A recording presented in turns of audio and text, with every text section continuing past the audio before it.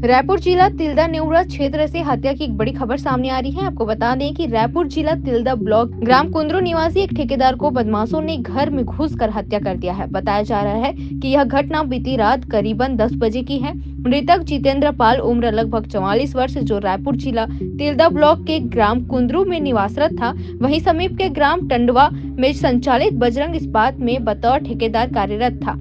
वह भाजपा नेता भी था जिसकी हत्या हो गई है। बताया जा रहा है कि बीती रात को बदमाशों ने घर में घुसकर रॉड, डंडा, चाकू व अन्य हथियार से हमला कर यह वारदात को अंजाम दिया है। बीच बचाव में लगे 16 वर्षीय पुत्र को भी जख्मी कर दिया गया है। घायल अवस्था में बतौर ठेकेदार जितेंद्र पाल व पुत्र को तिल्दा नेवरा के निजी अस्पताल में भर्ती कराया गया, जहां पर उपचार के दौरान जितेंद्र पाल ने दम तोड़ दिया। वहीं उसके पुत्र का इलाज जारी है।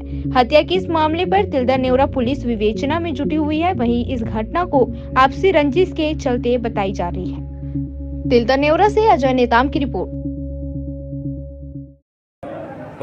तिल्दा थाना क्षेत्र के ग्राम कुंद्रू में वहाँ पर जितेंद्र पाल वहाँ पे बैकुंठ जो इसमें सीमेंट संयंत्र में काम करता है वो निवास करता है। उसके ऊपर कल रात में कुछ लोगों ने हमला किया है और जिससे उसकी मौत हो गई। इसमें आरोपी का जो नाम है वो बताया जा रहा है। इसमें 4-5 लोगों का नाम है, जिसमें आशु, ईशु, रवि, पेंटा ऐसे 4-5 नाम है। उसके साथ और अन्य लोग भी थे।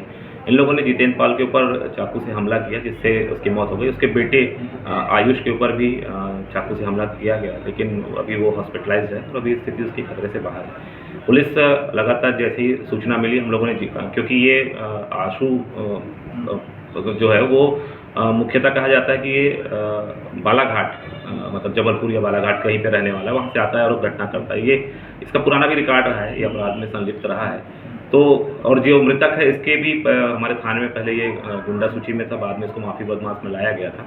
तो पुलिस इसमें आपस की रंजिश किस बात को लेकर थी, इस तथ्य को लेकर आगे बढ़ रही है। अभी पुलिस ने एक आरोपी को हिरासत में लिया है, अभी उससे पूछताछ भी चल रही है और जल्द से जल्द सभी आरोपी पुलिस की गिरफ्त में होंगे।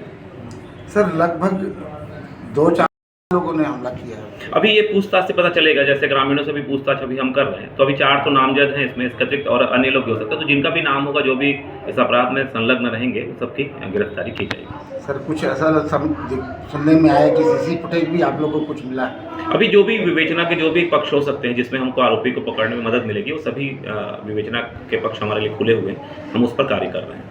सर वो जो 4 नाम आप बताए हैं वो अभी फरार है, वो नहीं?